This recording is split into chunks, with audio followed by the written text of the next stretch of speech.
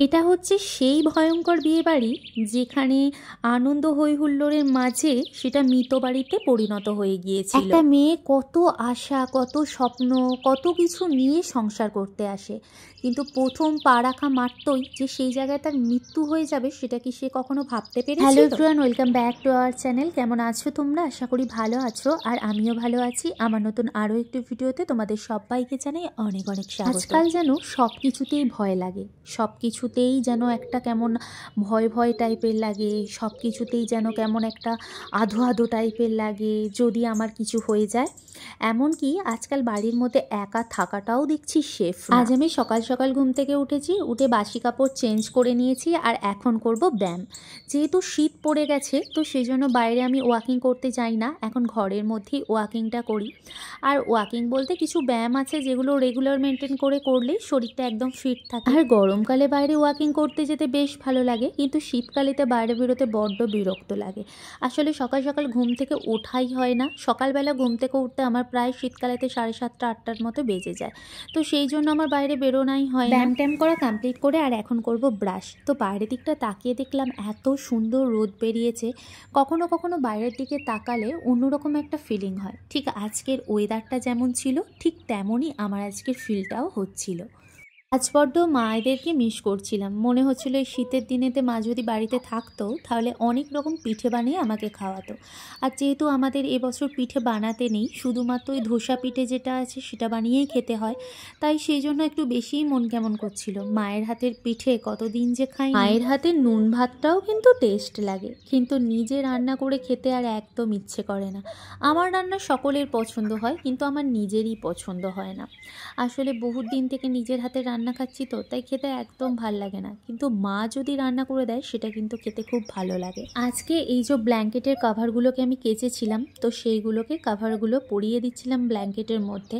আসলে কি হয়, ব্ল্যাঙ্কেটগুলো রোদে দিয়ে দিলে আর কাভারগুলো কেচে দিলে ব্ল্যাঙ্কেট বহুত দিন টেকসই হয়। আর যখন আমার শীত শেষ হয়ে যায় সেই সময় তোমাদের দাদাভাই বাড়িতে আসে ছুটিতে, তো তখন ওকে দিয়ে ব্ল্যাঙ্কেটটা কাচিয়ে নিয়ে আর শুকনো করতে দিয়ে তুলে। অনেকেই কিন্তু ব্ল্যাঙ্কেট বাইরে কাচতে দেয়, কিন্তু আমি ব্ল্যাঙ্কেট বাইরে কাচতে দিই না, কারণ তোমাদের দাদাভাই কেচে দেয়, তো সেই জন্য আমি আর বাইরে 350 400 টাকা খরচা করে কাচতে দিই না। তো তোমাদের দাদাভাইয়ের হাত আর পা দুটোই হচ্ছে গোছ কাজ করা কমপ্লিট হয়ে গেছে। আর এখন আমি ফ্রিজের যে মাছ আছে মাছটা বাইরে বার করে দেবো, কারণ যদি এখন না বার করে দিই তাহলে বরফ গলতে অনেক সময় লাগবে। আর যেহেতু এখন শীতকাল তো বরফটা গলতে অনেকটাই সময় লাগে।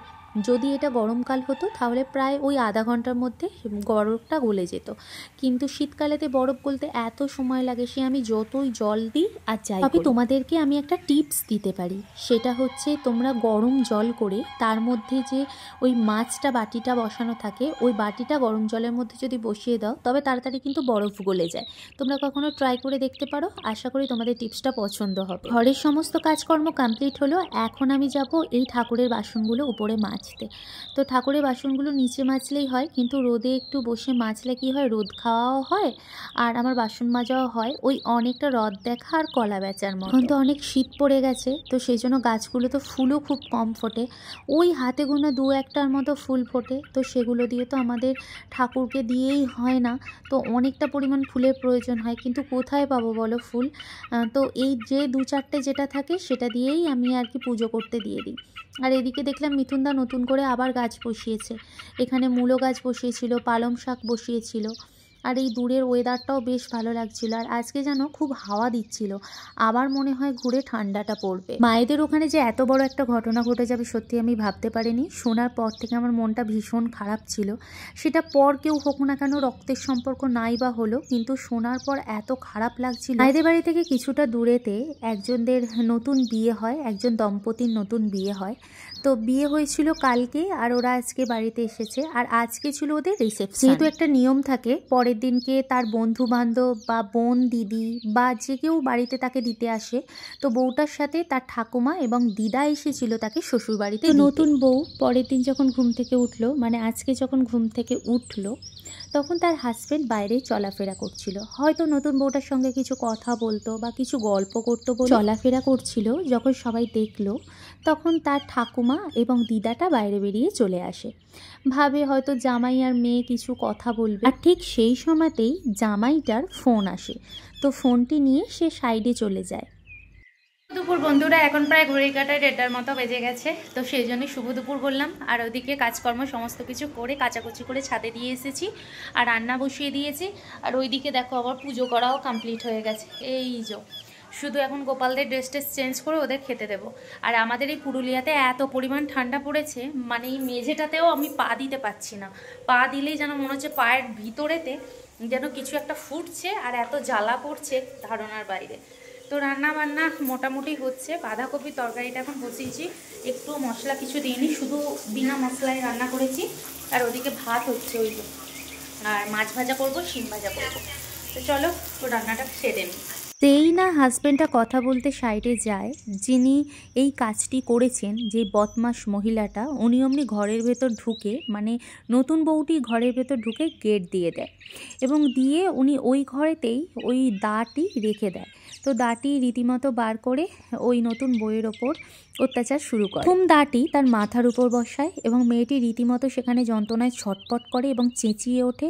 সেই চেঁচানির আওয়াজ পেয়ে গোটা বিয়েবাড়ির সকলে মিলে সেখানে হাজির হয় এবং দরজা খোলবার জন্য বারবার করে তাকে রিকোয়েস্ট করতে থাকে। মেয়েটি যখন লাগছে বলে তার হাতটি মাথার ওপর দেয়, তখন সঙ্গে সঙ্গে সে দায়ের আরও একটি কোপ বসায়। রীতিমতো সেখানে সেন্সলেস হয়ে পড়ে এবং যেই মেয়েটি ওই কাজটি করেছি, বদমাস মহিলাটি, উনি কি করেন, গেটের সাইডেতে লুকিয়ে পড়েন এবং দরজাটা খুলে দেন। দরজাটা খুলে দিতে উনি দৌড়ে পালিয়ে যাওয়ার চেষ্টা করেন এবং বাইরে যত আত্মীয় স্বজন ছিল ওই বদমাস মহিলাটিকে ধরে এবং মেয়েটিকে রীতিমতো হসপিটালাইজড করা হয়। মেয়েটির অবস্থা একদমই ভালো না।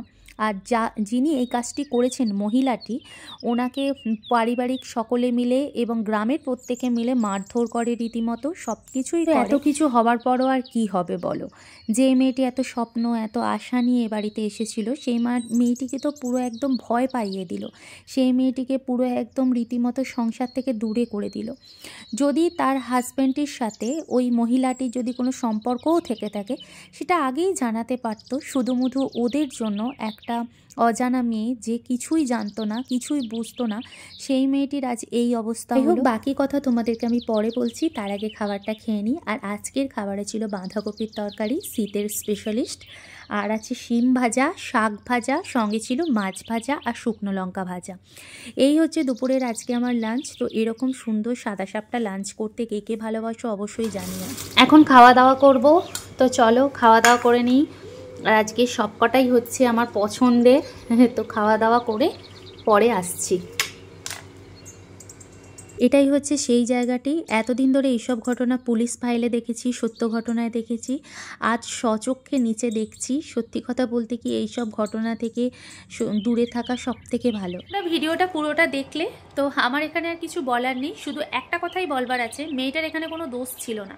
যদিও যে মেয়েটি তাকে মারবার চেষ্টা করেছে, সেই মেয়েটির সঙ্গে তার নিউলি হাজব্যান্ডের যদি কোনো সম্পর্কও হয়ে থাকে, তাহলে সেটা ও আগেই ক্লিয়ার করতে পারতো। শুধুমুধু নিজেদের জন্য একটা অসহায় মেয়ের এইরকম অবস্থা হলো।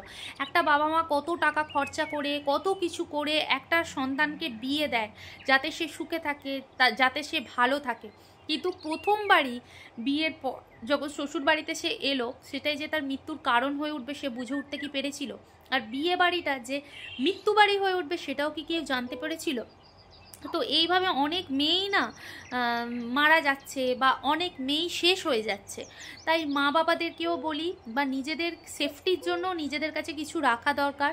আর মা বাবাদেরও মানে যখন সন্তানের বিয়ে ঠিক করবে, সব কিছু খোঁজখবর নিয়ে বিয়ে দেওয়াটা দরকার। একটা মেয়ের প্রাণের সবাই, কত খরচাপাতি, কত আনন্দ হৈহুল্লোড় করে একটা বিয়ে দেওয়া হয়, তারপর যদি এরকম একটা হয় তার প্রথম দিনে, তাহলে মেয়েরা কোথায় গিয়ে সেফটি হবে? মেয়েরা তো কোথাতেও সেফটি হচ্ছে না। তো যাই হোক বন্ধুরা, আজকে ব্লগটা এতটুকু। তোমরা তোমাদের মতামত অবশ্যই কমেন্ট বক্সে জানিও, ভালো দিক এবং মন্দ দিক সবটাই তোমরা জানিও। ভালো থেকো, সুস্থ থেকো, আবার দেখা হবে নতুন একটি ভিডিওর সাথে।